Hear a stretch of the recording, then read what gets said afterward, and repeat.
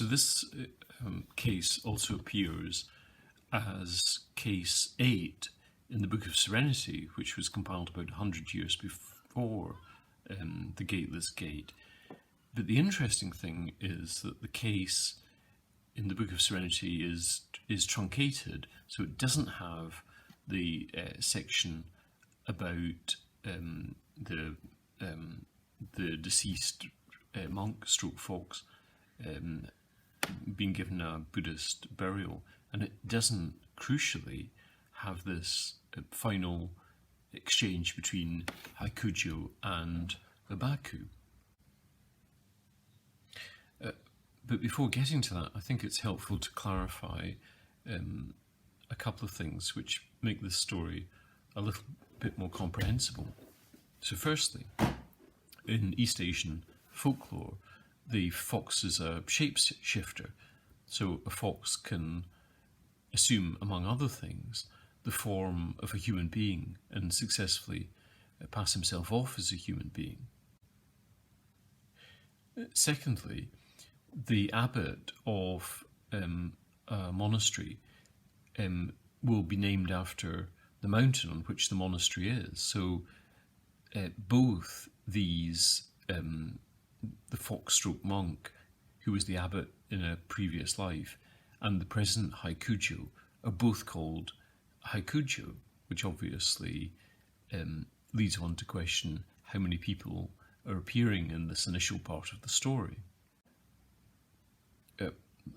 The other funny thing is that the fox appears to have knowledge of 500 lifetimes in which he was incarnated in the body of a fox.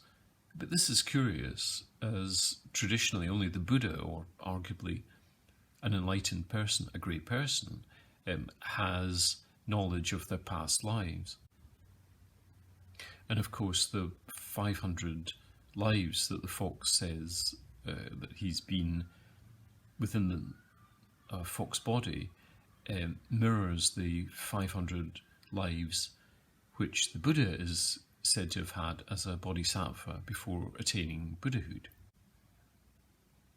It's also helpful to know that in Zen parlance, somebody falsely claiming enlightenment, so falsely claiming being a great person, or that somehow who is enlightened or wise, but is unbalanced by that for reasons that we'll come on to, is referred to as a wild fox.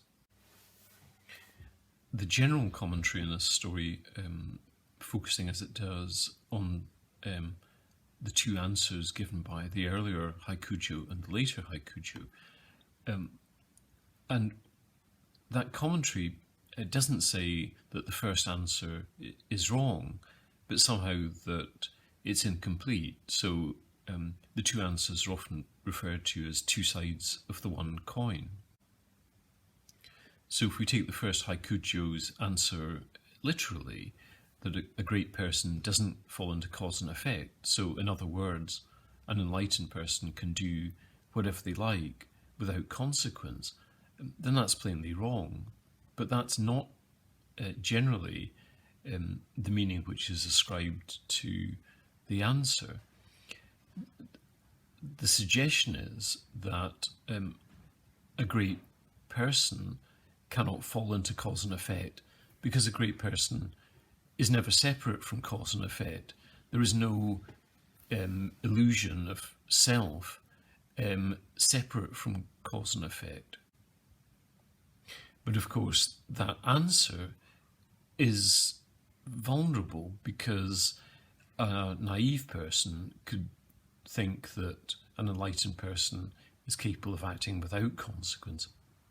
So the second Hyakujō's balancing answer is necessary because it makes clear not that cause and effect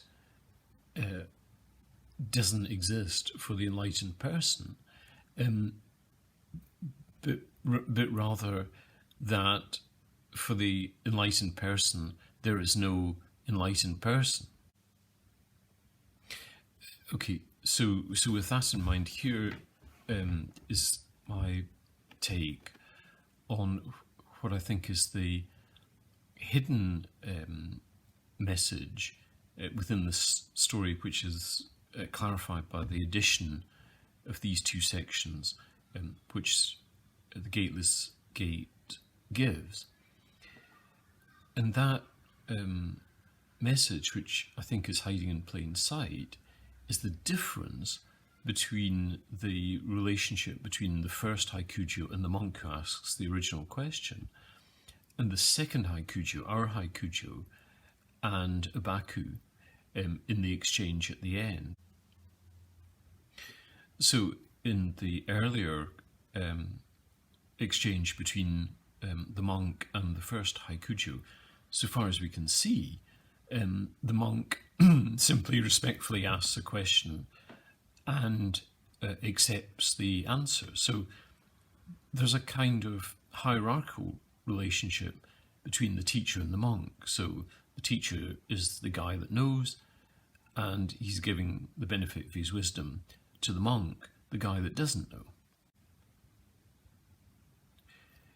And teachers are very vulnerable to falling into the body of a wild fox if the relationship which they have with their students is one of unquestioning acceptance.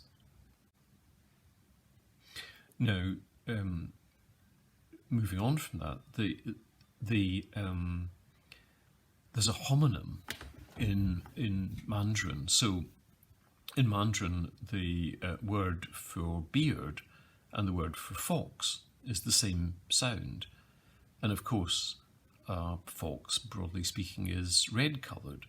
So there's a suggestion in the final exchange between Hyakujō and Obaku that, as it were, both the great teacher and the great fox exist within the one person. And existing within the one person and being able to recognize that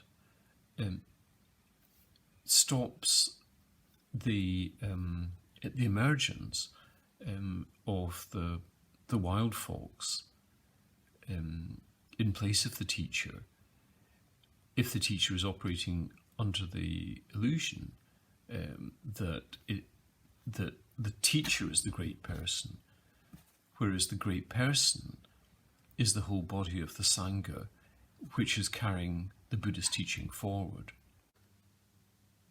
And I think that this is the symbolic function of the funeral, that it's a collective effort which